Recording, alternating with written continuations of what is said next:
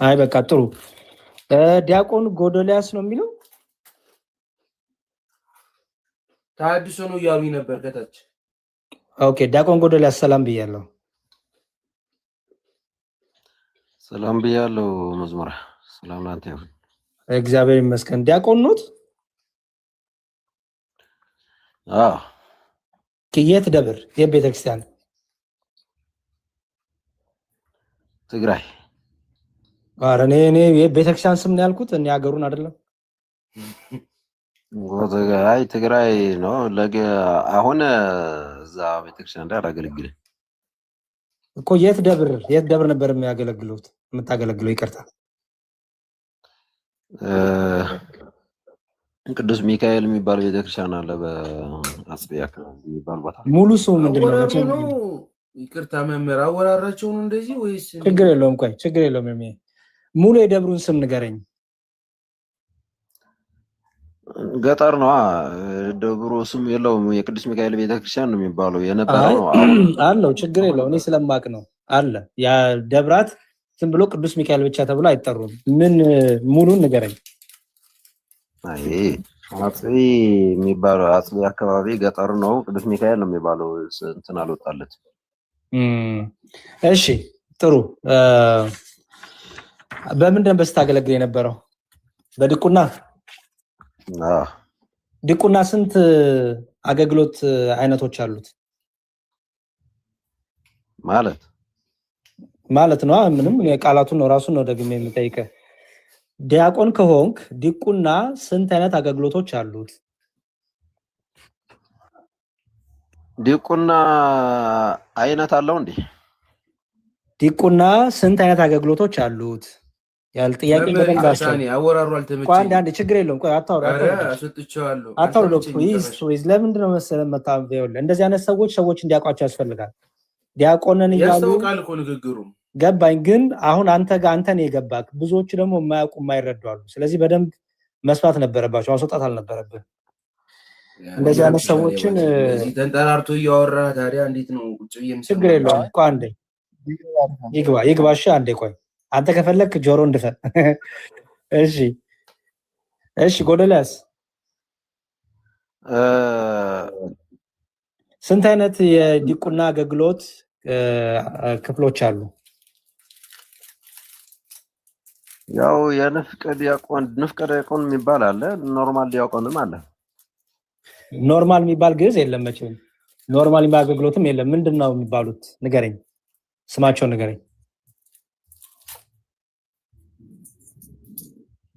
ያው በመጽሐፉ ዙሪያ ማለት ስርዓቱ እንደሚያስቀምጠው ከሆነ የምትለኝ መዝሙረ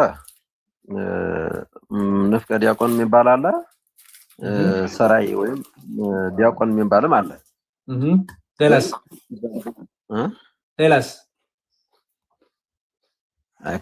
ከነዚህ ሁለቱ ውጪ ዲቁና ሌላ አላውቅም። አንተ በምን በምታገለግለው? ሰራይ ዲያቆን ነው የምታገለግለው? በጣም ጥሩ። ሰራይ ዲያቆን ሆና የምታገለግል ከሆነ ቅዳሴ ስንት ክፍል አለው?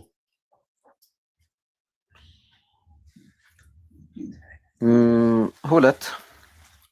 ኧረ ተው፣ ምንና ምን?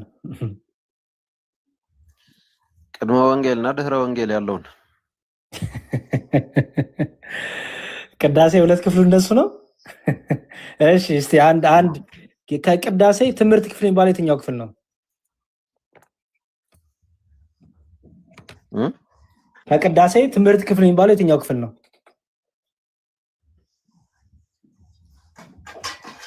ቅዳሴ ትምህርት ክፍል ምናምን ብለው እኛን አላስተማሩንማ። አታውቀውም? በጣም ጥሩ። ስለዚህ እሺ አንድ ዲያቆን ክቡር ደሙን የሚያቀብልበት ለምዕመኑ ምን ይባላል?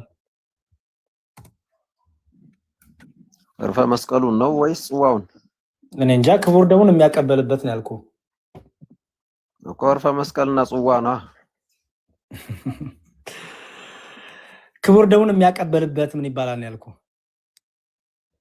እርፈ መስቀል። እሺ በቅዳሴ ክፍል ውስጥ የዝግጅት ክፍል የሚባለው ክፍል የትኛው ነው? ትምህርት ክፍልን አላወቀውም። የዝግጅት ክፍል የሚባለው የትኛው ነው? ቤተልሔም። የቅዳሴ ክፍል እኮ ነው እያልኩ ያለሁት ወንድሜ። ቅዳሴ እኮ ተጀመረ። አሁን እነዚህ የትምህርት ክፍል ዝግጅት ክፍል ምናምን የሚባሉት በቃ አታውቃቸውም። ችግር የለውም። አታውቃቸውም። ምንም ችግር የለውም። ይሄኛው ገጠር ምናምን መሆን አይጠበቅብም። ቅዳሴ መጽሐፍ ማመር ነው የሚጠበቅብህ ወንድሜ። ቅዳሴ መጽሐፍ ላይ በደንብ ተቀምጧል ክፍሎቹ። እሺ ሰው አላውቀውም ማለቱ ይሻላል እንጂ ገጠር ስለሆንኩኝ ከተማ ስለሆንኩ እያልክ ምክንያቶቹ መደርደሩ እሱ ትክክል አይደለም። አሁን አላገለግልም ብለሃል አይደለ? እሺ ተባረክ ነው ትቼው ነው እንጂ ራሴ ትቼው ነው። ምኑን አውቀኸው ትተዋለህ? አላውቅም እኮ ያልከኝ ነገር በዛ እኮ ትተኸው ነው። ጥሩ። ስለዚህ አሁን ራስን እንዲያቆም ብለህ የምትጠራው ለምንድን ነው? ከተውከው መጽሐፉ ቅዱስ በሚያስቀምጠው የዲቁና ዙሪያ አንጻር ይገባኛል ብዬ ስለማምን በራስህ። ስለዚህ ራስን የሾምከው ማለት ነው። ራሴን ሳይሆን የተሾምኩት እዛው ነው። ነገር ግን መጽሐፍ ቅዱስ የሚያዘው ደግሞ እዛ ከነበርኩበት በላይ አሁን ያለሁበትን ትክክለኛ ይመጥነኛል። ስለዚህ ራስህን አትዋሽ። ራስህ አሁን በቤተክርስቲያኗ ውስጥ እስከሌለ ድረስ አቶ ነው ስም የምትባለው። እኔ አሁን ለምሳሌ በቤተክርስቲያኗ ስላለው ዲያቆን እባላለሁ። አጠገብ ዲያቆን ስዩም አለ በቤተክርስቲያን ያለ። ከቤተክርስቲያን ውጪ ከወጣ በኋላ አይ ዲያቆን ነኝ ቄስ ነኝ ብትል ትችላለህ፣ መብትክ ነው። ግን ሌብነት ነው፣ ውሸታምነትም ነው፣ አጭበርባሪነትም ነው።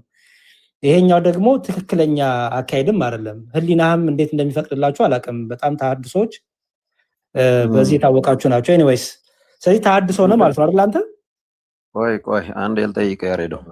ጠይቀኝ። ዲቁና የኦርቶዶክስ ነው ብሎ ያዘዘው የትኛው መጽሐፍ ነው?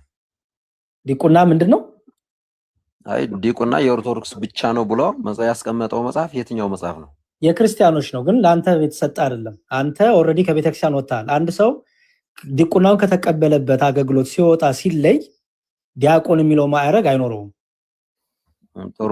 የክርስቲያን ትርጉም ምንድን ነው? ክርስቲያን ለመባል ምንድን ነው መሆን ያለበት? ዲቁና ነው የምናወራው እናንተ አሁን እኮ የዲያቆን ነው ክርስትና። ዲቁና የክርስቲያን ነው ስላልከኝ ዲቁና የተቀበልክበት ቤተክርስቲያን ሙሉ ወንጌል አይደለም፣ ቀጠና 2 አይደለም፣ ወይ ደግሞ የናሰግድ ቸርች አይደለም። ዲቁና ተቀበልኩ ካልክ ዲቁና የተቀበልከው በቤተክርስቲያን ነው፣ በጳጳስ ተሾመክ ነው። ጳጳስ እጁን ጭኖ ሾሞክ ነው። ኦኬ። ስለዚህ ያ ጳጳስ እጁን ጭኖ የሾመ በኦርቶዶክሳዊ ተዋህዶ ቤተክርስቲያን ውስጥ ስላለክ ነው። ከዛ ውጪ ሆነክ ምንድነው ጳጳስ የሌለበት ሹመት አይሰጥም። ስለዚህ እኛ ይሄን ስለምናምን በቤተክርስቲያን ውስጥ ያለ ሰው ዲያቆን ወይም ቄስ ወይም አባ ወይም ፓትሪያርክ ወይም ጳጳስን በላይ በቤተክርስቲያን እስካለ ድረስ ነው ቫሊድ የሚሆነው። ከቤተክርስቲያን ከወጣ ስሙ አቶ ነው የሚባለው ማለት ነው። ስለዚህ አንተ አሁን አቶ ነህ እንጂ ዲያቆን አይደለም። የጠየቅኩህን እንኳን መለስክልኝም ያሬዱ። የጠየቅኩህን እየመለስኩልህ ነው። በቤተክርስቲያን ውስጥ ከሌለ ድረስ አንተ አቶ ነህ እያልኩ ነው ያለሁት እኮ። እኔ ደግሞ እያልኩ ያለሁት መጽሐፍ ቅዱስ እንደዛ ይላል ወይ? ዲቁና የኦርቶዶክስ ነው ብሎ አስቀምጦታል ወይ? ጥሩ። ዲቁናውን ከየት አገኘ? ዲያቆን ነበርኩ። ዲቁና ማን የሰጠህ? ከየት ቤተክርስቲያን ያገኘው? ከየትኛው ቤተ እምነት? ኦርቶዶክስ እያለሁ። ኦኬ። ከኦርቶዶክስ እያለ ከኦርቶዶክስ ከመሆኑ በፊት ዲቁና ነበረ? ኦርቶዶክስ የሆንኩት እኮ ገና ከልጅነቴ ነው። ኦርቶዶክስ ከመሆን በፊት ወይም ኦርቶዶክስ ከሆንክ በኋላ ነው አይደለ ዲቁና የተሰጠ? በኦርቶዶክስ ውስጥ ሆነ? እሺ። ይሄን ዲቁና ሲሰጥ ጳጳስ ነው አይደለ የሰጠ? ቄስ ለምን አልሰጠህም? ያው በኦርቶዶክስ አነጋገር ቄስ ስለማይሰጥ ነው። እሺ፣ በጣም ጥሩ። የስጋ አባት ለምን አልሰጠህም? የስጋ አባት እጁን ጭኖ ለምን ዲያቆን አላረገህም? ለምን አይችልም?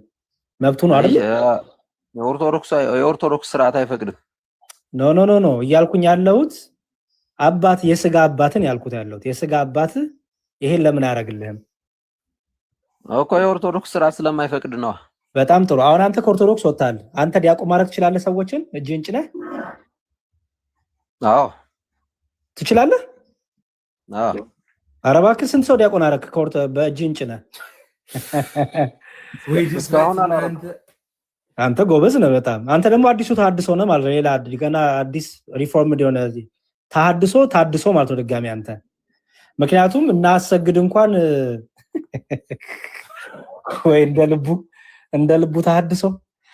እሺ ስለዚህ ወንድም ይኸውልህ አሁን ቁም ነገሩ ምንድነው? ከፈለክ አባ ገሌም ቆሞስ ገሌም ብለህ ስም መቀጠል ትችላለህ፣ መብትክ ነው። ለኛ ግን አንተ አቶ ነህ። ምክንያቱም በቤተ ክርስቲያኑ እስከሌለ ድረስ ራስን ሌሎቹ መሸወር ትችላለህ። እንደዛ እያልክ ኦርቶዶክሳዊ ቤተክርስቲያን ውስጥ ከአገልግሎት እስከወጣ እስከተለየ ድረስ አንተ አቶ ነህ። በቤተክርስቲያኗ ውስጥ ያለ አገልግሎት ተቋርጧል፣ ቆሟል። ኦኬ ለምሳሌ እኔ እንዳልኩ ነው ዲያቆን ያሬድ እባላለሁ። ከቤተክርስቲያን ከወጣው አልፈልግም ብዬ ከወጣው ትምህርቷን ክጄ ከወጣው ወደ ሌላ ቤተ እምነት ከሆንኩኝ ስሜ አቶ ነው። ሰዎችን ግን ለመሸወድ ዲያቆን ገሌ፣ አባ ገሌ፣ ቆሞስ ገሌ እያልኩኝ ሙድ መያዝ ይችላሉ ሰዎች ላይ።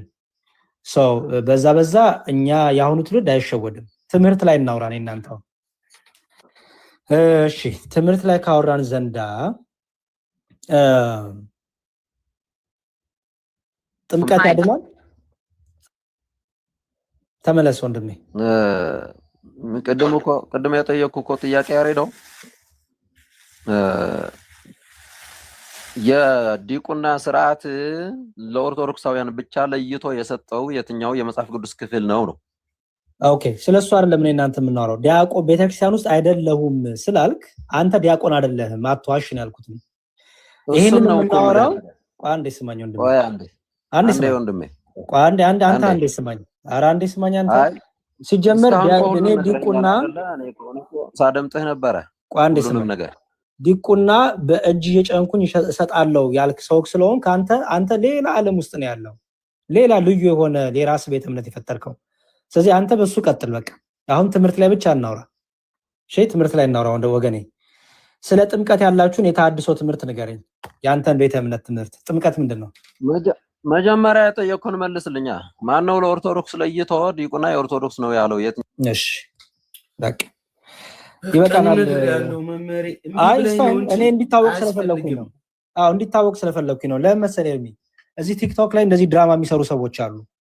አባ ገሌንን፣ ቀሲ ገሌንን፣ ቆሞስ ገሌንን እያሉ ዲያቆን ነበርኩ ዲያቆን ገሌንን እያሉ ግን ለጴንጤ የሚጫወቱ፣ ለተሐድሶ የሚጫወቱ፣ ለሙስሊም የሚጫወቱ አሉ። እንደዚህ በደንብ የምናውቃቸው ሰው እንዲያውቃቸው ስለምፈልግ ነው። ገብተውብኝ ያውቃሉ። እንደዛ ሰብከው መጨረሻ ላይ ሌላው ነው የተገኙ አሉ። ስለዚህ እንደዚህ ነገሩ ማወቁ ጥሩ ነው። ሰዎችም እንዲጠነቀቁ ያደርጋል። በጣም መልካም። ይሄ ደግሞ ለየት ያለ ነው። ጭራሽ ዲቁና ሾማለሁ አለ። ይሄ ጎበዝ ነው፣ ደፋር ነው እንዴ! አሪፍ ነው እንጂ አንተ አሁን እኮ ኑሮ በራሱ ቄስ ነኝ ብሎ የሚጠራ ከሆነ እንግዲህ አስበው። ኑሮ ውድ ሆኗል። አዎ ራሱን ጳጳጳስ እኮ ኑሮ ውድ ሆኗል ልጄ። ስለዚህ አሁን ዘዴ መፍጠር ነው። ኑ ሾማቸዋለሁ እያልክ ማስከፈል ነው። ይኸው እነዚሁ ተሰብስበውላል መምህር። እነዚህ አሁን የምታያቸው ጠቅላላ ዛማኔል ፓቼ ሰናይት ከላይ ያለው ደግሞ አለለ የዋፌሌ ሲጠፋኝ ይቅርታ ወንድሜ፣ አንድ አድርግ ይቅርታ። ይኸው እነዚህ ጠቅላላ እንግዲህ መማር የሚፈልጉና ባለፈው ዕለትም እየጠየቁኝ የነበሩ ሰዎች ናቸው። መቼ ነው መምህር የሚያስተምረን እያሉኝ ነበርና በዚህ አጋጣሚ ዛሬ ጥያቄ ጠይቄ ብዙ ተምሬያለሁኝ። እነሱ መሆን አሁን የመጡ መሰለኝ። ነበራችሁ ከታች ሰናይት? አዳምጥ ነበር ስናዳምጥ ነበር። እሺ አንድ አድርጊ ይቅርታ ብያለሁ ወንድሜ። እያዳመጥን ነበር። ብዙ ሰዎች አሉ ለማለት ነው መማር እንፈልጋለን ብለን ባለፈው ቃል ገብተልና እየጠበቅን ነበር። ታው አንተ እየጠበቅን ነበር ብለን አታፋጠኝ። መጀመሪያ አካውንትህን ለማይሰራ እንደነበር አንድ፣ ሁለተኛ ደግሞ መምህርን አመስግንልን ኤርሚሻ። እዚህ ቤት ብዙ ሰው ሲያጓራብን ነበር። አሁን መምህር መጥቶ ስለቀደሰልን ስለባረከን እኔ በግሌ አመሰግናለሁ። መግባት የፈለኩበት ዋናው ሪዝን ሰላም ብያለሁ። መጀመሪያ ሁላችሁንም ያሬድ ሰላም ብያለሁ። በጣም ነው የምናመሰግነው። በጣም እኔ ዛሬ እዚህ ቦታ ገስት ላይ ራሱ አብሬ በመቀመጤና ትምህርት በኤርሚ አማካኝነት በመስማቴ በጣም ደስ ብሎኛል። እግዚአብሔር ያክብርልን። ማለት ስለፈለኩም ነው የገባሁትኝ እና በጣም ብዙ ጊዜ ዮኒ ማኛ ጋር ምናምን ያው ስትገባ አብሬ እየተከተልኩ እየገባው ሰማለሁና በጣም ነው የምናመሰግነው። ይሄ ማለት ስለፈለኩም ነው መግባት የፈለኩትኝ። ማለት አንዳንድ ወጣቶች እንደዚህ በሚሆኑበት ሰዓት ከግር ያው የማጠፋው አንተነና ያው የአገልግሎት እድሜን ያርዝምልን። በጣም ነው የምናመሰግነው። ኑርልን እና ይሄን ለማለት ነው የገባሁትኝ። እሺ ማርዬ፣ እሺ እኔ ምስጋና አልወድም በነገራችን ላይ አይኖ ይገባኛል፣ እናንተ ከፍቅራችሁ ሊሆን ይችላል። ግን ምስጋና ትዕቢተኛ ያደርጋል፣ ምስጋና ትምክተኛ ያደርጋል። ያለኔ አሁን እኔ ኤርሚን አመስግኜ ነው ኮርቶብኝ የነበረው አንድ ሰሞንና ምስጋና ከባድ ነው። ስለዚህ የሚሻለው ምንድነው? ሆድ ይመርቅ ትላለች እናቴ፣ በጸሎት ማሰብ ነው፣ መበርታት ነው። እናንተም መበርታት፣ እኔም መበርታት። ምክንያቱም ማንም የቆመ ቢመስል እንዲያወድቅ ይጠንቀቅ ይላል መጽሐፍ ቅዱሱ። ስለዚህ ትዕቢተኛ ሆነን ደግሞ እንዳንቆጣጠር፣ እንደፊኛ እንዳንፈነዳ፣ ፍጻሜያችን እንዲያምር መትጋት፣ ሁሌም በቃ በትህትና ሁሌም ዝቅ በማለት ሁሌም ገና እንደ አዲስ ተማሪ በመሆን ማሳለፍ ነውና ስለዚህ እናንተም በርቱልን። ይሄው እንደዚህ እግዚአብሔር ቢፈቅድ ባለፈው ቃል ገብቼ ነበር፣ ግን ሰሞነ ሕማማት መጣ። ሰሞነ ሕማማት ትንሽ አይመችም ታውቃላችሁ። የኤርሚ ደግሞ አካውንት 3 ቀን ነው እንደዚህ ገዝታ አይቀበልም ነበር እና እነዚህ ነገሮች ተደራረቡ። ከዛ በዓሉ መጣ። ይሄ ነገር ሆኖ አልተመቸኝም።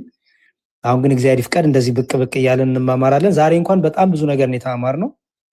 እችን ሰብሰብ እያረጋችሁ እየጻፋችሁ ምን እያላችሁ ከዛ በኋላ ደግሞ በሰፊው ተከታታይ ትምህርት በተለይ ሃይማኖት ከሚለው ጀምረን ሀሎተ እግዚአብሔር ማን ነው ከሚለው ጀምረን ደግሞ 30 ደቂቃ በውስጥ አወራውና 30 ደቂቃ በቂ ናት።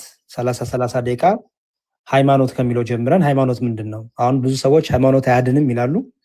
እኛ ደግሞ ኦርቶዶክሳውያን ደግሞ ሃይማኖት ያድናል እንላለን። ግን የትኛው ሃይማኖት? በራሱ ሃይማኖት ማለት ነው። ሃይማኖት ማለት ድርጅት ነው አይደለም። ምክንያቱም እዚህ ይሁዳ መልእክት ላይ መጽሐፍ ቅዱሳችን ለቅዱሳን አንድ ጊዜ ስለተሰጠች ሃይማኖት ይላታል ይሁዳ መልእክት ላይ እና ፈጽማችሁ ተጋደሉ ይላል። አንድ ጊዜ የተሰጠች ሃይማኖት አለች እና ያቺ ደግሞ የተሰጠችው ከእግዚአብሔር ዘንድ ናት። ሃይማኖት ከእግዚአብሔር ዘንድ የተሰጠች ናት እና ሃይማኖት ደግሞ ትምህርት ማለት ነው። ትምህርት ናት። ለምሳሌ ብዙ ሰው ብዙ እምነት ሊኖረው ይችላል አይደል ኤርሚ? ብዙ እምነት ሊኖረው ይችላል። ብዙ ሃይማኖት ግን አይኖረውም። አንድ ሰው ይኖራል አይኖረውም። አንተ ለምሳሌ ኦርቶዶክስ ነህ፣ ግን በውስጥ ብዙ ነገር ልታምን ትችላለህ አይደል? የጴንጤም ትምህርት ይመቸኛል፣ የፍቅር ሲዘዩ ይመቸኛል፣ የሙስሊም ይመቸኛል ልትል ትችላለህ። አየው ግን አንድ ማምናት ግን እሷን ብቻ ነው የምፈልጋት እውነቷን ለማወቅ። አየህ፣ ስለዚህ ሃይማኖት አንዲት ናት። ለዚህ ነው አንዲት ጥምቀት፣ አንዲት ሃይማኖት፣ አንድ ጌታ የሚለው። ሃይማኖት ያድናል ስንልኛ የትምህርት እያልን ነው። ትምህርት ያድናል። የቤተክርስቲያኗ ትምህርት ቤተክርስቲያን በራሷ ምን ስለሆነች? ጌታ የመሰረታት ስለሆነች። ስለዚህ ይሁዳ መልእክት ላይ አንድ ምዕራፍ ነው ያለው። በነገራችን ላይ አንድ ምዕራፍ ነው ያለው። ምን ይላል መሰላችሁ? የይሁዳ መልእክት ላይ እንዲህ ይላል። እሺ ቁጥር 3 ላይ ወዳጆች ሆይ ይላል። ወዳጆች ሆይ ስለምንካፈለው ስለመዳናችን ልጽፍላችሁ እጅግ ተግቼ ሳለው ለቅዱሳን አንድ ጊዜ ፈጽሞ ስለተሰጠ ሃይማኖት ይላል። ለማ ለቅዱሳን አንድ ጊዜ ስለተሰጠች ሃይማኖት ፈጽማችሁ እንድትጋደሉ መክራችኋለሁ። ስለዚህ ሃይማኖት ድርጅት አይደለም ማለት ነው። ከእግዚአብሔር የተሰጠው ሃይማኖት ድርጅት አይደለም። ሰዎች ሃይማኖታቸው ድርጅት ነው ማለት ይችላሉ፣ መብታቸው ነው። እኛ ግን ኦርቶዶክሳውያን ሃይማኖታችን ድርጅት አይደለችም። ኦኬ። ለምሳሌ ታቅ እንደሆነ ኤርሚሻ በፕሮቴስታንት ወገኖቻችን ለምሳሌ አንድ ቸርች ቢዘጋ ቆርቆሮ ይዞ የመጣው ኮፍያ ሚስማር ይዞ የመጣው ወንበር ይዞ የመጣው የሆነ ነገር ሁሉም ይካፈላሉ። ምክንያቱም ቸርቹ በሰዎች ኮንትሪቢዩሽን ሰዎች የሚከፍቱት ስለሆነ። በእኛ ቤተክርስቲያን ግን የህዝብ ናት ቤተክርስቲያኑ። አየህ፣ የህዝብ ስለሆነች ለምሳሌ እኔ ከፍቶኝ በወጣ አይ ወንበር ገዝቼ አምጥቻለሁና ወንበሬን አምጡ አለ። አየው፣ በቃ ቤተክርስቲያን የምንላት ምንድናት? የክርስቶስ አካል የሆነች ናት። ቤቱ ደግሞ ሚስጥራትን የምንፈጽምበት ሚስጥራትን የምናረግበት። እንዲሁም ስለ ቤተ እግዚአብሔር አንድ ጥቅስ ልስታችሁ። እንዲሁም በጣም የምወደው ጥቅስ ስላለ ነው። ብዙ ጊዜ ታውቃለህ፣ ለምሳሌ በእኛ ቤተክርስቲያን ኤርሚ ሄደህ ቅዳሴ ባይኖርም ምንም ነገር ባይኖርም ሄደ ጸሎት ታደርጋለህ አታደርግም? አረጋለሁ። እኔ ሳረግ ነበረ። ለምንድን ነው የምታደርገው? ማን አለ ብለህ ስለምታምን ነው? ያው የእግዚአብሔር ቤት አይደለ? የእግዚአብሔር ቤት ስለሆነ እግዚአብሔር አለ ብለህ ስለምታምን አይደል? አዎ።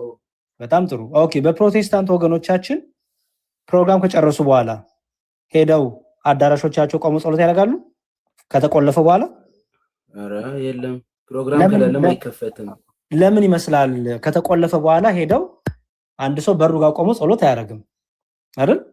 ከጨረሱ በኋላ እኔ እናንተ ግን ቤተክርስቲያኗ እንኳን በሯ ከውጭ ቢዘጋ በሩ ጋር ቆመን ጸሎት እናደርጋለን። ስናልፉላ ጸሎት እናደርጋለን። ይኸው እነ ዳንኤል ምናምን አሉ፣ ያውቁታል በደንብ። በጣም ጥሩ። ለምን ይመስላል? ለምንድን ነው እኛ እንደዚህ የምናደርገው? እግዚአብሔር በዛ አለ ብለን ስለምናምን። አየህ፣ እግዚአብሔር በዛች ቤት በቤቱ አለ። ምክንያቱም ጌታ ምን ብሏል? ቤቴ የጸሎት ቤት ይባላል ብሏል። ቤቴ የጸሎት ቤት ይባላል ስላለ አስተውል፣ ያንን ቤት የእግዚአብሔር ቤት ነው ብለን እናምናለን። የእግዚአብሔር ቤት መሆኑን ደግሞ ማስረጃ ልስጥህ። ኦኬ፣ ማስረጃ ምን ይላል መሰለህ? እሺ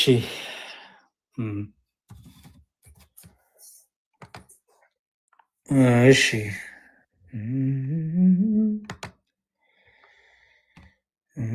አዎ፣ እኛም የእግዚአብሔር ቤቶች እንዳትረሳ፣ በሶስት አይነት ቤተ መቅደስ አለ ብለን እናምናለን። አንደኛው ሶስት አይነት ቤተክርስቲያን አለ። አንደኛው እኔ እናንተ የክርስቶስ ቤቶች ነን፣ ማደሪያዎች የመንፈስ ቅዱስ። እያንዳንዱ ክርስቲያን ምን ይባላል? የእግዚአብሔር ቤት ይባላል። ኦኬ፣ ማደሪያ ነን። ሰውነታችን የእግዚአብሔር ቤተ መቅደስ ነው፣ ማደሪያ ነው። ስለዚህ እያንዳንዳችን እንባላለን ቤተክርስቲያን።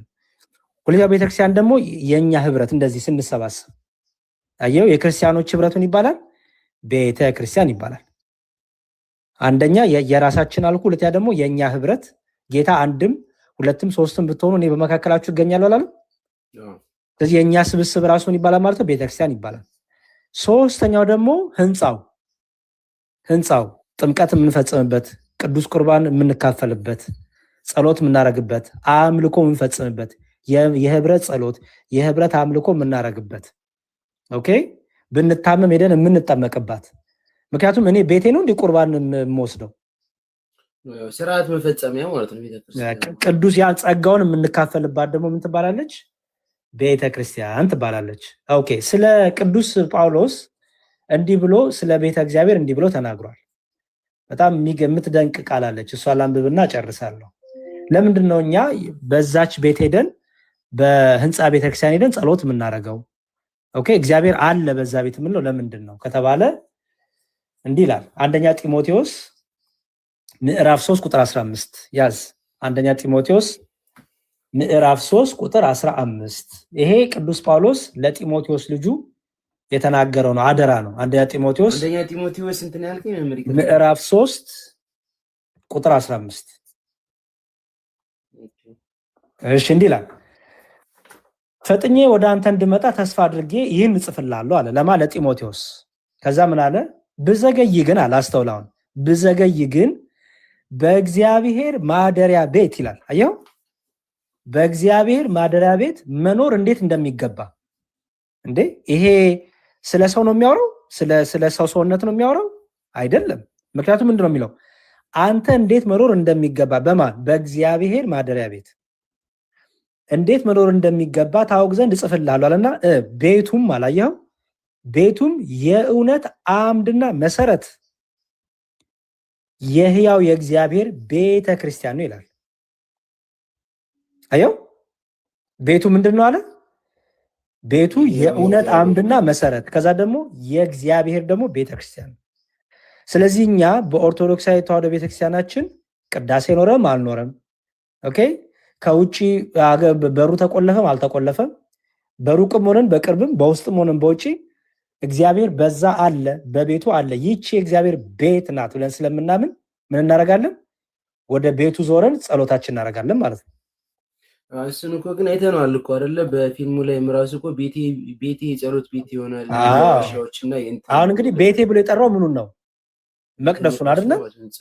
ህንፃውን ነው የጠራው። ስለዚህ አሁን ይሄንን ልምምድ ግን ወገኖቻችን እህትና ወንድሞቻችን ፕሮቴስታንት የላቸው። እንዳልኩ በአዳራሽ ለምሳሌ ፕሮግራም ቢያደርጉ አምልኮ ቢጨርሱ አዳራሾቻቸው ያ አዳራሽ ፕሮግራሙ አልቆ ካለቀ በኋላ አንድ ሰው መጥቶ ቢጨንቀው ቢከፋው ወደዛ አዳራሽ ሄዶ በሩ ጋር ቆሞ ጸሎት ያደርጋል? አያረግም። አያረጉም። ምክንያቱም በዛ እግዚአብሔር ይገኛል ብሎ አያምኑም ማለት ነው። ቀላል ነው። እግዚአብሔር የሚገኘው አብረው እስከሆኑ ብቻ በቃ እዛ ውስጥ እስካሉ ነው ድረስ ነው ማለት ነው። ከዛ ከወጡ በኋላ በቃ አለቀ፣ እግዚአብሔር አይገኝም ብሎ ያምናሉ ማለት ነው። እኛ ግን እግዚአብሔር በቤቱ ይገኛል። ስለዚህ በቤቱ ስለምናገኘው ወደ ቤቱ እየገሰገስን ጸሎታችን እናደርጋለን፣ ከምስጢራት እንሳተፋለን ማለት ነው። ስለዚህ መመሪ እዚህ ጋር አንድ ጥያቄ ማለት ነው፣ ይቅርታና ያው አሁን ካለው ርዕስ ሳይሆን የቅድሙን የሰጠኝ ጥቅሶች እንዳለ ይሻቸዋለሁና እንትንላቸዋለሁ። አንደኛ ጢሞቴዎስ ጴንጤዎችን በብዛት እየጠየኳቸውም ስለነበረ የሚመልስልኝም አልነበረም። ብዙ ጴንጤ ጠይቄያለሁ።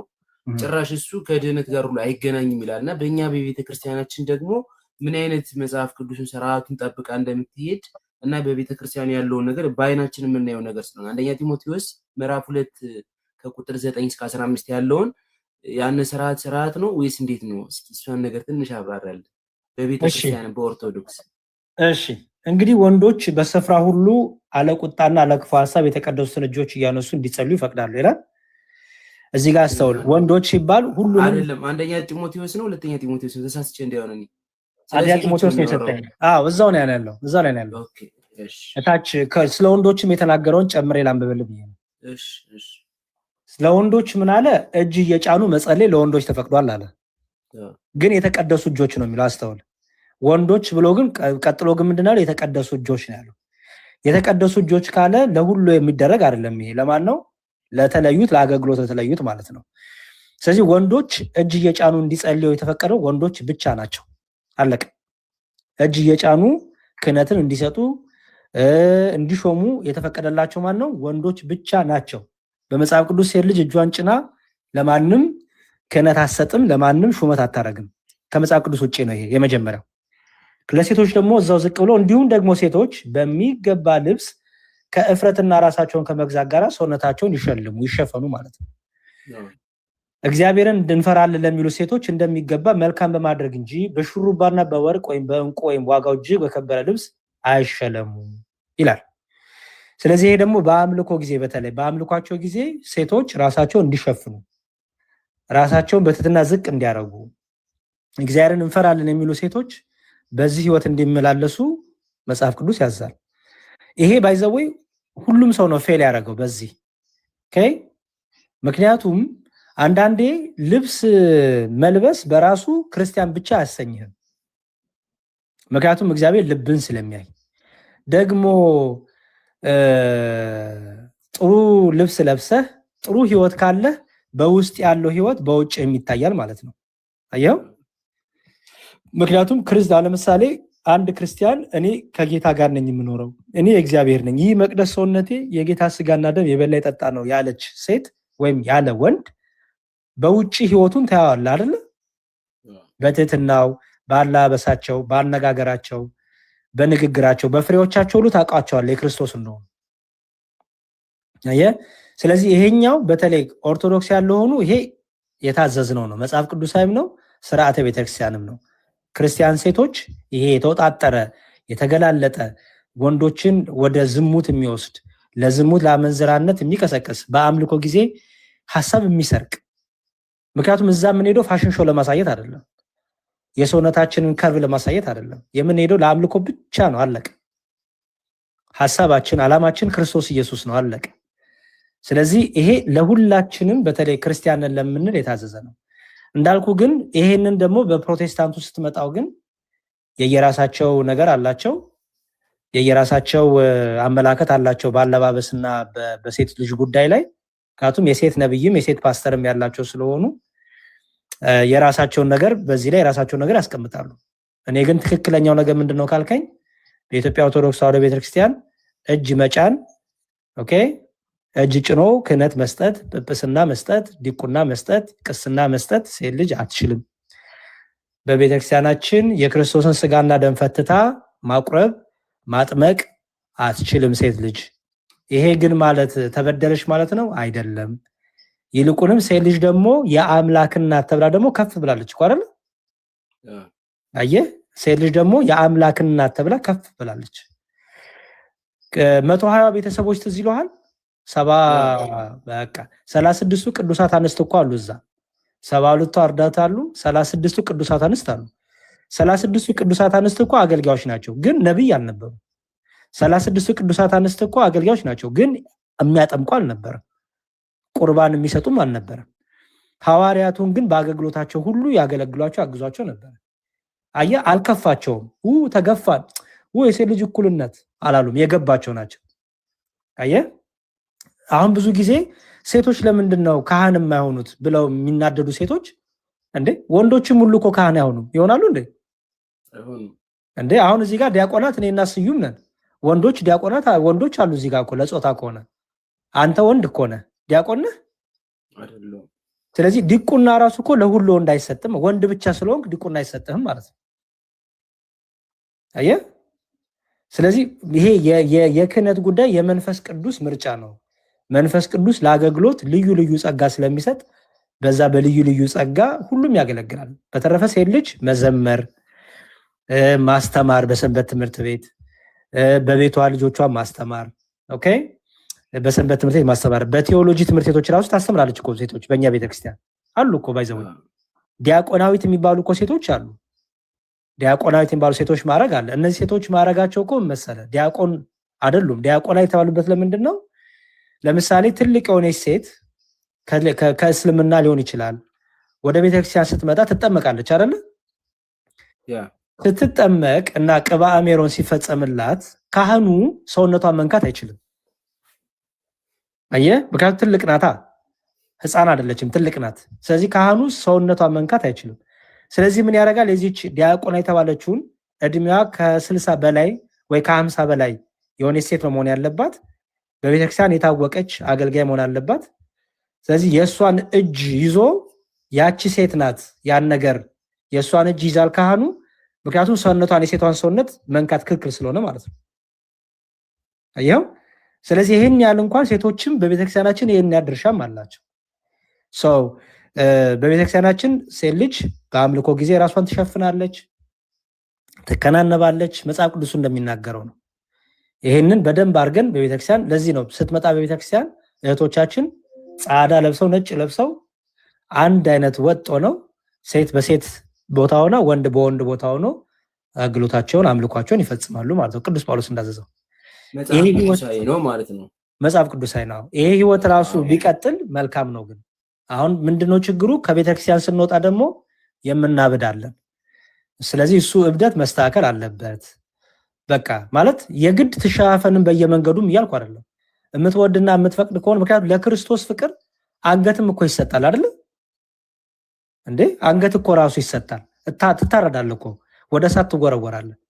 እኛ እኮ ገና የክርስቶስ ፍቅር ስላልገባን ራሳችንን ስላልካድን ነው አየው እንጂ ስለ ልብስ የምንጨነቀው ሰዎች የክርስቶስ ፍቅር ሲገባቸው እኮ እንኳን መሻፈን አይደለም አንገታቸውንም ለሰይፍ ይሰጣሉ፣ ወደ እሳትም ይወረወራሉ። የክርስቶስ ፍቅር ያው ክርስትና በድካም በመውደቅ በመነሳት ውስጥ የምናልፈው ስለሆነ ክርስቲያነትና ወንድሞቻችን ኦርቶዶክሳውያኖቻችን በርቱልን፣ ወንድሞቻችንን በርቱልን። ክርስቲያናዊ አለባበስ ቢኖረን፣ ክርስቲያናዊ አነጋገር ቢኖረን፣ ክርስቲያናዊ ህይወት ቢኖረን በጣም መልካም ነው። በአንድ አይመጣም። በማስተዋል በጥበብ ቀስ እያልን ክርስትና ህይወት ማደግ ስለሆነ በዛ መልኩ እንለፍ ለማለት ነው። በጣም እግዚአብሔር ይስጥልኝ ኤርሚሻ። ዛሬ ብዙ አወሩ። አልጨርስልኝም እስከ መጨረሻው እስከ 15 ኤርሚ አንድ ጥያቄ ነበረኝና እሺ በመጀመሪያ ቃልዎት ያሰማልን መዝሙረ ያሬድ እግዚአብሔር እድሜና ጤና ይስጥልን። እኔ ካንተ ጋር ቁጭ ብዬ ራሱ ከዚህ በመማሪ በጣም ደስ ነው ያለኝ። እግዚአብሔር አምላክ እድሜና ጤና ይስጥ ወንድሜ። አሁን ከዚሁ ስለ ሴቶች በዚሁ አያይዘህ ብትነግረን፣ በተለይ ለሴቶች መጽሐፍ ቅዱስ እንዴትና መቼ ማንበብ እንዳለብን አንዳንድ የተወሰኑ መረጃዎች በሰጠን። ብዙዎቻችን እኔን ጨምሮ መጽሐፍ ቅዱስን በተለይ ሴቶች ፈርተን ነው የምንይዘውና ለማንበብ እና አንዳንዴ የተወሰኑ ነገሮች ግልጽ ብታረግልን እንዴትና መቼ ማንበብ እንዳለብን። ገብቶኛል። በጣም ጥሩ አሪፍ ጥያቄ ነው። ምክንያቱም አንዳንድ ሰዎች በልማድ የሚያደርጉት ነገር አለ።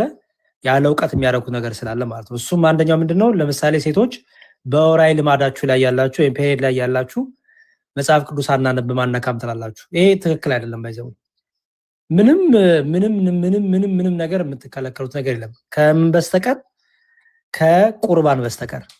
ኦኬ ወደ ቤተ መቅደስ ገብታችሁ ቁርባን መቀበል አትችሉ። ኦኬ ጥምቀት መጠመቃችሁ ምክንያቱም ሴት ልጅ ደም እየፈሰሳት ጥምቀት ተጠመቂ ማለት አይሆንም አይደል? ይሄ ራሱ ምንም ዕውቀትም እኮ አይፈልግም። በቃ በደንብ የታወቀ ነው። አንድ ቁርባን ደግሞ የማትቀበልበት ምክንያት ለምንድነው? እኛ ቁርባን ከመቀበላችን በፊት ከ15 ከ18 ሰዓት ያህል በጾም በጸሎት በሰጊድ እንቆያለን። ታውቁታላችሁ ይሄን ነገር ብዬ አስባለሁ። ሴት ልጅ ደግሞ በዚህ ጊዜ ውስጥ ብዙ እህቶቻችን ያስመልሳቸዋል፣ ያማቸዋል፣ ሐኪም ቤት ይሄዳሉ። የሰውነት የሆርሞናል ቼንጅ አለ። ኦኬ የሚያማቸው አሉ፣ ወገባቸውን ራሳቸውን የሚያማቸው አሉ። በጣም ብዙ ነገሮች ያሳልፋሉ እህቶቻችን። ኦኬ ስለዚህ በዚህ የተነሳ ይሄንን በደንብ ፎከስ አድርጋ ብርትት ብላ ሙሉ ሰውነቷ ሐሳቧ ሳንትን ሳይል ሳትጨነቅ ሳትሳቀቅ የማረግ የሚገባትን ነገሮች በዚህ በፔሪዮዷ ጊዜ ማረግ ስለማትችል ከሚስጥራት ከቁርባኑ በዛን ጊዜ አትቀበሉ። ከያንን የደማችሁ መፍሰስ የሚያቆምበት ቀኖች ካለፉ በኋላ ግን በንስሐ በቀኖና ወደ ቅዱስ ቁርባን መታችሁ መቀበል ትችላላችሁ ማለት ነው። በተረፈ ግን ጸሎት ማረግ ኦኬ በቤቱ ጸሎት ማረግ፣ ውዳሴ ማርያም ማንበብ፣ ዳዊት ማንበብ፣ መጽሐፍ ቅዱስ ማንበብ ምንም አትከለከሉ። ምንም የምትከለከሉት ነገር የለም። ኦኬ የሚረክስ ነገር የሚባል ነገር የለም። ኦኬ ስለዚህ እሱን በደንብ ልታውቁ ይገባል። መጽሐፍ ቅዱስን ዴይሊ ልናነብ ይገባል። ሁሌም በቻልን መጠን ባገኘነው አጋጣሚ አንዳንድ ምዕራፍ ብናነብ ማቴዎስ ወንጌል ከሆነ አዲስ ኪዳን ከሆነ ከማቴዎስ ወንጌል መጀመር፣ ብሉይ ኪዳን ከሆነ ከዘፍጥረት ጀምራችሁ አንዳንድ ምዕራፍ በቃ ከዛ ፍቅሩ እያደረብን ሲመጣን እየጨመርን እንመጣለን። ስለዚህ መጽሐፍ ቅዱስ ሁሌም ቢነበብ መልካም ነው። በተለይ በስደት ያላችሁ ሰዎች በሚመቻችሁ ሰዓት ከስራ ጋር ከምን ጋር ሁኔታውን እያያችሁ ነፃ የምትሆኑበት ታይም እየጠበቃችሁ ብታነቡ መልካም ነው ማለት ነው። በተረፈ ወደ ቤተ መቅደስ የማትሄዱበት ምክንያት ቤተ መቅደሱ ስለሚረክስ አይደለም። የሚረክስ የአዲስ ኪዳን ቤተ መቅደስ የለም። ኦኬ ልክ በብሉይ ኪዳን ሴት ልጅ ረክሳለች እንደሚለውም አይደለም። እናንተ አሁን የፔሪድ ላይ መሆናችሁ የወር አበባ የተባለውም እኮ ለዛ ነው። ልምላሜ ነው፣ አበባ ነው፣ ፍካት ነው። ለመውለድ ዝግጅት የምታደርጉበት ነው ምናምን ከሰውነታችሁ ያለው አደፍ የሚወጣበት ነው። ኦኬ ልክ የሰውነት ቆሻሻ እንደመውጣት ብሎ ተቃለቀ። የሰውነት ቆሻሻ በተለያየ መልኩ ይወጣል። ባይዘው እናንተ ብቻ አይደላችሁም እህቴ፣ ወንዶችም ራሳችን ከሰውነታችን አንዳች ፈሳሽ ቢኖር ወደ ቤተክርስቲያን አንሄድም፣ ወደ መቅደስ አንገባም። እዚህ ወደ ዳር ላይ ሆነን ጸሎታችን እናደርሳለን እንጂ ወደ ቤተ መቅደስ ገብተን ጥምቀትን አንፈጽምም፣ ስጋው ደግሞ አንቀበልም። ኢቭን በሽተኛ የሆነ ሰው እያስነጠሰ እያስመለሰው ምን እያለን ስጋው ደግሞ አይቀበልም። ስለዚህ ለሴት ብቻ አይደለም ለወንዶችም በደም ተቀምጧል። ከምን አንጻር? የጌታን ስጋና ደም ከማክበር አንጻር።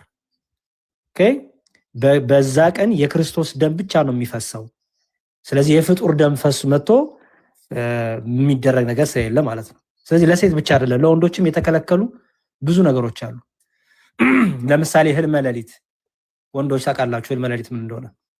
ህልመ ሌሊት ቢያጋጥማችሁ እነዚህ ሁሉ የተቀመጠ ስርዓት አለን፣ ፍትሐ ነገሥት አለን፣ ቃለ ዓዋዲ አለን፣ በመጽሐፋችን ላይ በስርዓት ተቀምጧል እነዚህ ሁሉ ሰው። በተረፈ ግን ጸሎት አትከለከሉም። ልስገድ ካልሽን በርተሽ ስግደት አትከለከኝ። ግን በፔሪድ ላይ ያላችሁ እንኳን ልትሰግጂ ቀርቶ በጣም ብዙ ነገር ነው ፔን በህመም ውስጥ የምታልፊ። ስለዚህ ቤተክርስቲያን ይሄንን በደንብ ስለምትረዳ ይህን ስርዓት ሰራችላችሁ ማለት ነው እና ከዚህ አንጻር ቢሆን ጥሩ ነው። በተረፈ የጸሎት ጊዜ በቀን አንድ ክርስቲያን 7 የጸሎት ጊዜ አለው። በቤተክርስቲያናችን 7 የጸሎት ጊዜያት አሉ። በእነዚህ 7 የጸሎት ጊዜያት ውስጥ የበረታ 7ቱንም ያደርሳል፣ ደግሞ ያልበረታ ደግሞ የቻለውን ያደርሳል። በዛች የጸሎት ጊዜያት ውስጥ በእያንዳንዱ ጸሎት ውስጥ ስንቆም መጽሐፍ ቅዱስ እናነባለን፣ ዳዊት እናነባለን፣ ወንጌል እናነባለን። ኦኬ ከዛ ደግሞ በኋላ ከመተኛታችን በፊት ወንጌል እናነባለን። እነዚህ ናቸው ማለት ነው ባጭሩ። እሺ ወንድም አንድ አለኝ እዚያው ላይና አሁን በወር እንትን በሚልበት ጊዜ 40 ክንድ ርቃችሁ ከቤተክርስቲያን ቆማችሁ ጸልዩ ይላልና እንግዲህ አባባል ነው መጽሐፍ ቅዱስ ላይ እንኳን እኔ በደንብ አላውቀውም እውነት ለመናገር ግን እስኪ ይሄንንስ ምን ትላለህ? እኛ መንሰሰባው ያደግነው ስለሆነ እዚሁ አያይዘህ ብትነግረን። እሺ ይኸውልሽ ምን መሰለሽ ቀደም እንዳልኩሽ ነው። ለምሳሌ ወደ ቤተክርስቲያን ወደ ውስጥ ወደ መቅደስ ከሚስጥራቱ ለመካፈል አትገቡም። ኦኬ፣ ምክንያቱም የጌታ ስጋና ደም የሚቀርበው በዛ ስለሆነ። ሁለተኛ ግን ወደ ቤተክርስቲያን እንኳን ብትመጪ አስቢው ካለው ህመም አንጻር አሁንም እየወጡ ንጽህናን ከመጠበቅ ከመታጠብ ከምትቀይሩት ነገር አለ ታውቂያለሽ፣ እዚህ ጋር መናገር ስለማይጠበቅብኝ ነው። ከነዚህ ሁሉ አንጻር ቤተክርስቲያናችን ምን ስራ አሰራች? በቃ ወይች ልጅ ከምትጨነቅ ከምትሸማቀቅ ኦኬ፣ ለምሳሌ ኢትዮጵያ ያለውን እናንሳ። ኢትዮጵያ ሴት ልጅ የትኛው ቦታ ሄዳ ነው ሞዴስ ልቀይር የምትችለው ፓር ልቀይር የምትችለው? አትችልም። አይሹ አንዳንድ እህቶቻችን በአንዴ ብዙ ፈሷቸው ቶሎ መቀየር የሚገባቸው አሉ በሆነች ደቂቃ ውስጥ አይሽ። ስለዚህ እቺ እህታችን ወደ ቤተክርስቲያን ብትመጣም ትጨነቃለች። ፎከስ አድርጋ እንኳን ማምለክ አትችልም።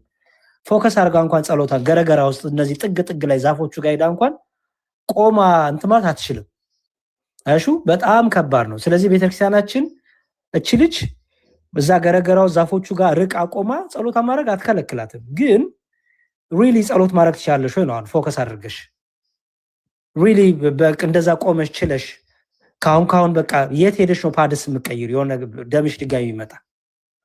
ከዚህ ሁሉ ምንድነው የሚሆነው? በቃ ቤትሽ አሳልፈሽ ጸሎትሽን መንፈሳዊ ነገሮችን አትከለከም። እንዳልኩሽ ጸሎትሽን አድርገሽ በነዛ ቀናቶች ውስጥ 7 ቀንም ይፍች ጸሎትን አትከለከም፣ ስግደትን አትከለከም። ምትሺ ከሆነ መጽሐፍ ቅዱስ ማንበብ አትከለከም፣ ውዳሴ ማርያም ማንበብ አትከለከም። ኦኬ። ስለዚህ እነዚህን ሁሉ ነገር ቤትሽ ያደርሽ መንፈሳዊነትሽን ሳትለቂ ከእግዚአብሔር ጋር ያለሽን ህይወት ኮኔክሽን ሳትለቂ ማሳለፍ ትችላለሽ። አሁን አንዳንድ እህቶች አሉ ምንም በቃ ህመም የላቸው ደማቸውም ብዙ አይፈስም። ስለዚህ ምን ያደርጋሉ? ይመጡና ራቅ ብለው ገረገራ ስልሽ ዛፎቹ ያለበት መጠለያዎች አሉ አይደል? እዛ ገረገራ ውስጥ ሆነው ወደ መቅደሱ ውስጥ አይገቡም፣ ሚስጥራትን አይፈጽሙም። በጣም ርቀው ቆመው ጸሎታቸውን ያደርጋሉ። ኦኬ፣ ጸሎታቸውን አድርገው አመስግነው ወደ ቤታቸው ይሄዳሉ። ኦኬ። ስለዚህ ይሄንን በደንብ አድርገሽ ማስተዋል ነው እንደ ሰውነትሽ አይተሽ። ምክንያቱም እንዲህ ነው ብዬ ብናገር የአንዷ ሴት ሰውነት በዛ ጊዜ ሪያክሽኑ ሌላ ነው፣ ልዩ ነው። የአንዷ ሴት ሰውነት ደግሞ ሪያክሽኑ ልዩ ነው። በተረፈ ግን ከሚስጥራቱ ብቻ ነው የምትከለከሉት። አመሰግናለሁ። ቃልዎት ያሰማልና የብዙ እህቶቻችን ጥያቄ ነው ግን መጠየቅ ስለማይ ያው ስለምንድን ነው አፍረቱ ምንም ስላለ የብዙዎቻችን እህቶቻችን ጥያቄ ነውና ቃልዎት ያሰማልን። በጣም ነው የምናመሰግነው ወንድሜ፣ እድሜና ጤና ይስጥልን። በጣም ነው ደስ ያለኝ። ለምን መጽሐፍ ቅዱስ አለኝ ማንበብ ፈልጋለሁ፣ ግን ያ በቃ ባልከው ነገር ነው ምንድን ነው የሚባለው ይሄ ታግቼ የነበረውና አመሰግናለሁ። ለማንኛውም እግዚአብሔር ይስጥልን። ምንም ችግር የለውም። እኔ ይቅርታ እዛው ጋር አንድ ጊዜ አያይዤ ልጠይቅ ከመጽሐፍ ቅዱስ ጋር።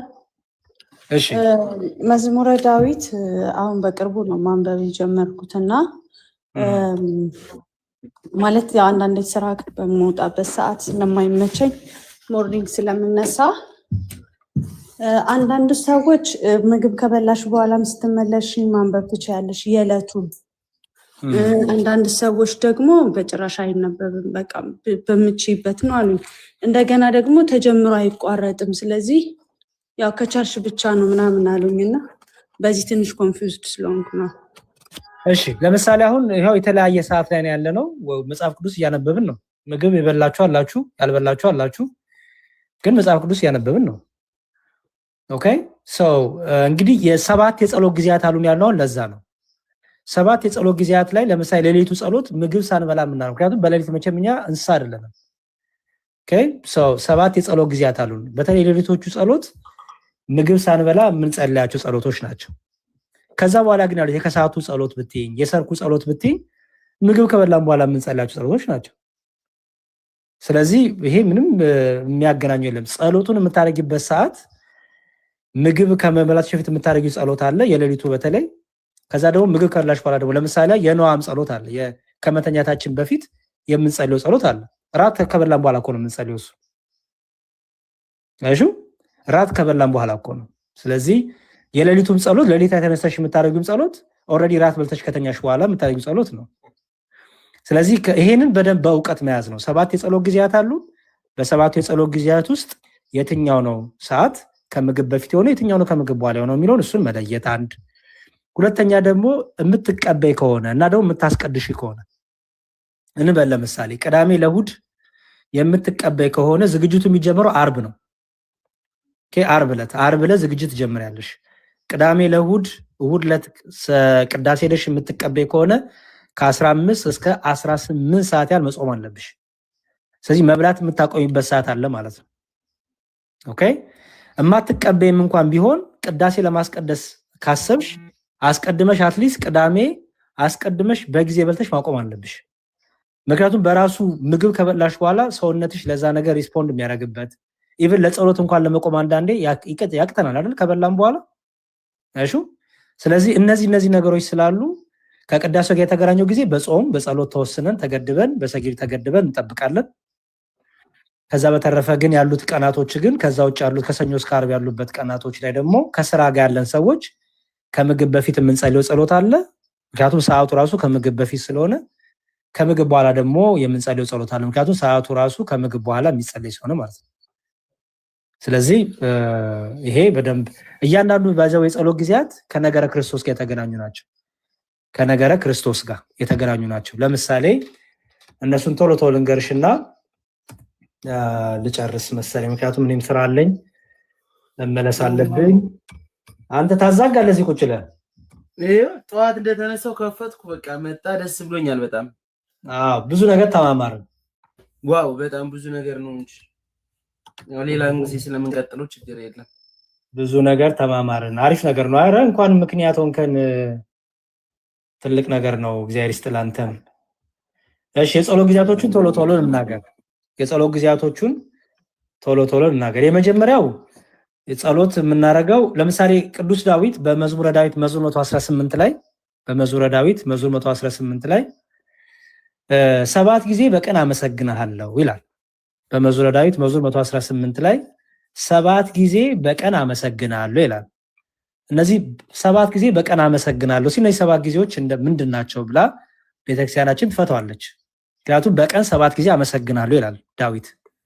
ስለዚህ የመጀመሪያው ጸሎታችን የሚሆነው የጠዋት ጸሎታችን ነው ጠዋት 12 ሰዓት ላይ ይሄ ጸሎታችን ለምንድነው የጠዋት 12 ሰዓት የምንጸልየው ቢባል አምላካችን ኢየሱስ ክርስቶስን አብ ወልድ መንፈስ ቅዱስ በሰላም ስላሳደርከን በሰላም እንድንተኛ ሌሊቱን በሰላም አስነስተ በሰላም ተኝተን በጠዋት ደግሞ በሰላም እንድንነሳ እድሜን ስለጨመርክልን ጊዜን ስለሰጠህን ጨለማውን አሳልፈ ብርሃንን ስለሰጠህን ብለን የምናመሰግንበት ነው ይሄ ጸሎት ሰዓት 12 ሰዓት ነው ማለት ነው ኦኬ ጸሎት ሰዓት 12 ሰዓት ነው በነገራችን ላይ አምላካችን ኢየሱስ ክርስቶስ ለፍርድ የቀረበበት ሰዓት ሐሙስ ሌሊት አይደል ያዙት ጌታችንን ትዝ ይላችኋል አይደል ሐሙስ ሌሊት ይዘውት ሌሊቱን ሙሉ በእስር ቤት ነው ያሉት ከዛ በኋላ ግን ዓርብ ጠዋት ላይ ነው ዓርብ በጠዋት ነው ወደ ፍርድ አደባባይ ወሰዱት ኦኬ ስለዚህ ያናስበን ስለኔ ስትል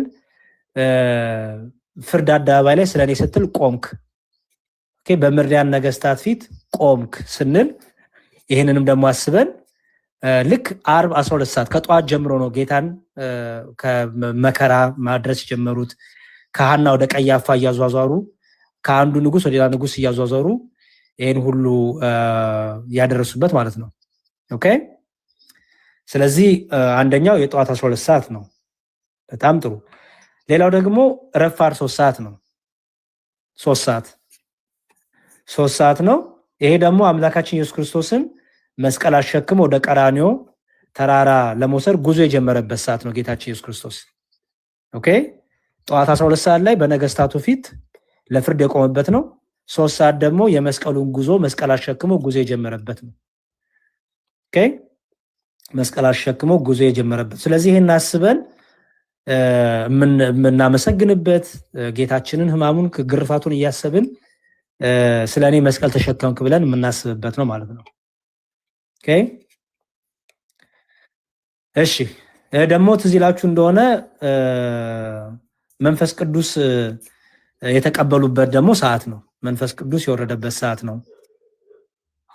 120 ቤተሰቦች ማለት ነው። 72 አርድእትና 36 ቅዱሳት አንስት መንፈስ ቅዱስ ጸጋን በጽርሐ ጽዮን የተሰጠበት የተቀበሉበት ሰዓት ነው። 3 ሰዓት ከዛ 6 ሰዓት መጣ። 6 ሰዓት ደግሞ እኩለ ቀን ነው። ይሄ ደግሞ ጌታችን መድኃኒታችን ኢየሱስ ክርስቶስ እኛን ለማዳን ብሎ ምንም በደልና ኃጢአት ሳይኖርበት በቀራንዮ አደባባይ ላይ በመስቀል የተሰቀለበት ሰዓት ነው። 6 ሰዓት በመስቀል የተሰቀለበት ሰዓት ነው። 6 ሰዓት። ስለዚህ ውለታውን እያስታወስን ስለኔ ተሰቀልክ እያልን የምናስብበት ሰዓት ነው። 6 ሰዓት፣ 12 ሰዓት፣ 3 ሰዓት፣ 6 ሰዓት። ከዛ ደግሞ 9 ሰዓት መጣ። ይሄ ሰዓት ደግሞ አምላካችን ኢየሱስ ክርስቶስ ከ6 እስከ 9 ሰዓት ድረስ በመስቀል ላይ ዋለ። ከዛ በኋላ አስተውሉ 9 ሰዓት ላይ ብዙ ተአምራቶች ተደረጉ ይላል ዮሐንስ ወንጌል ስታነቡት። ኦኬ ብዙ ተአምራት፣ ሙታን ተነስተዋል፣ መቃብራት ተከፍተዋል፣ የቤተ መቅደሱ መጋረጃዎች ተከፍተዋል፣ ተቀዷል፣ ፀሐይ ጨልማለች፣ ድንቅ ነገሮች ተደርገዋል። ስለዚህ ይሄ ደግሞ የ9 ሰዓቱ ጸሎታችን ይሄን ሁሉ እያሰብን ውለታውን እያሰብን ስለኛ ሲል መሞቱን እኛን እሱ እርቃኑን ተሰቅሎ እኛን ሞገስ እንዳጎናጸፈን ሁሉ የምናስብበት ነው ማለት ነው። 9 ሰዓት ከዛ 11 ሰዓት አለ። 11 ሰዓት 12 ሰዓት 3 ሰዓት 6 ሰዓት 9 ሰዓት ከዛ 11 ሰዓት 11 ሰዓት ደግሞ አምላካችን ኢየሱስ ክርስቶስን ክቡር ስጋውን ከመስቀል ላይ አውርደው ዮሴፍና ኒቆዲሞስ ስጋውን ከመስቀል ላይ አውርደው የአይሁድ ሰንበት ከመግባቱ በፊት በአዲስ መቃብር ያዋሉበት ሰዓት። ጌታችን ኢየሱስ ክርስቶስ እስከ 11 ሰዓት ድረስ በመስቀል ላይ ውሎ ነበረ። ስለዚህ 11 ሰዓት ላይ ቅዱስ ስጋውን አስፈቅደው ኒቆዲሞስና ዮሴፍ ከመስቀል ላይ አውርደው በአዲስ መቃብር ያኖሩበት ሰዓት ነው። ኦኬ ስለዚህ ስለኛ ሲል በመቃብር ማደሩን፣ መሞቱን፣ በመቃብር ወደ መቃብር መውረዱን ሁሉ ይሄን ሁሉ የምናነሳበት የምናስተውልበት ሰዓት ነው ማለት ነው። 11 ሰዓት ከዛ ማታ 3 ሰዓት ደግሞ በጌቴሴማኒ ክርስቶስ አምላካችን የጸለየበት ነው። ትዝ ይላችሁ እንደሆነ ለቅዱሳን ሐዋርያቱም ጸልዩ ተግታችሁ ያለበት ሰዓት ነው ማታ። ኦኬ ሐሙስ ማታ ነው ጌታችን የተያዘው ትዝ ይላችሁ እንደሆነ። ስለዚህ ይሁዳ ሊቀ ካህናቶቹን ወታደሮቹን ሁሉ እየመራ ይዞ መጥቶ ጌታን በመሳም አሳልፎ የሰጠበት ሰዓት ነው። ኦኬ ስለዚህ በዚህ ጊዜ ይሁዳ በመሳም አሳልፎ እንደሰጠኛም ወዳጆቻችንን ክፉ እንዳናረግባቸው ሸንጊያዎች እንዳንሆን ፍቅራችን መሸንገል ያለበት እንዳይሆን ይሄንን እያስተዋልን የጌታን ደግሞ መከራ ሕማም እያሰብን የምናስብበት ነው ማለት ነው። የመጨረሻው መጣ ማለት ነው። አሁን ሌሊት 6 ሰዓት አለ። የሌሊት 6 ሰዓቱ ደግሞ አምላካችን ኢየሱስ ክርስቶስ መቃብር ክፈቱልኝ ሳይል ድንጋዩን አንሱልኝ ሳይል ሞትን ድል አድርጎ የተነሳበት ስለሆነ ይሄ ደግሞ የሌሊቱ 6 ሰዓት ጸሎታችን የጌታን ትንሣኤ ያወጅን ሞቴ የተገደለበት ትንሣኤ ያገኘሁበት ሞታችንን ገሎ ጌታችን የተነሳበትን የምናስተውልበት የምናስብበት ሰዓት ነው ማለት ነው። ስለዚህ ስንት ሰዓት ሰጧችሁ? 7 የጸሎት ጊዜያት 12 ሰዓት፣ 3 ሰዓት፣ 6 ሰዓት፣ 9 ሰዓት፣ 11 ሰዓት፣ ማታ 3 ሰዓት እና ሌሊት 6 ሰዓት ወይም ይሄ ከመተኛታችን በፊት የምንጸልየው ጸሎት ነው ማለት ነው። በዚህ ጊዜ ውስጥ መጽሐፍ ቅዱስ እናነባለን። በዚህ ጊዜ ውስጥ የዳዊት መዝሙር እንደግማለን። በዚህ ጊዜ ውስጥ ወንጌል እናነባለን፣ ውዳሴ ማርያም እናነባለን፣ እንሰግዳለን፣ እንጸልያለን ማለት ነው። በዚህ ጊዜ ውስጥ ይሄው። ስለዚህ እኔ አሁን ትምህርት ሲጀምር የመጀመሪያ ትምህርት ማለት መጽሐፍ ቅዱስን መግለጽ ሲጀምር የመጀመሪያ ያገኘሁት መጽሐፍ ቅዱስ ላይ የዮሐንስ ምንድነው አዲስ ኪዳን ላይ ማለት ነው። የአዲስ ኪዳን ማቴዎስ ጀምሬ ነው እስከ ዮሐንስ ራእይ ይሄድኩ። ከዛ በኋላ ግን ብሉይ ኪዳኑም ደግሞ በልክ እንደ መጋረጃ አለ አይደለ? ከዚህ በፊት የነበሩ ትንቢቶችን የተረዳሁበት መንገድ ያነበብኩት እና ሰዎቹ እንዴት ማንበብ ይችላል? አሁን ምንድነው የሚባለው ይሄ ቅድም እያልኩ የነበረው ውዳሴ ማርያም ምናምን ነገር ከማንበባቸው በፊት መጽሐፍ ቅዱስን በደንብ እንዲረዱትኝ መጽሐፍ ቅዱስን ከየት ጀምሮ ቢያነቡት ይሻላል?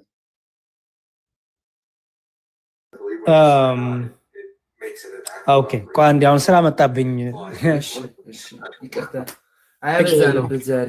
ችግር የለውም ሚቲንግ ስለጀመርኩኝ ነው እንጂ ምንም ችግር የለውም። ችግር የለውም። ሌላ ጊዜ ወይም ዲያቆን ሲቪውን ስላሉ ዲያቆን ሲቪ የሚቀጥሉ በቃ። እሺ እሺ መምህሬ ቴንኪው በጣም ነው የምናመሰግነው።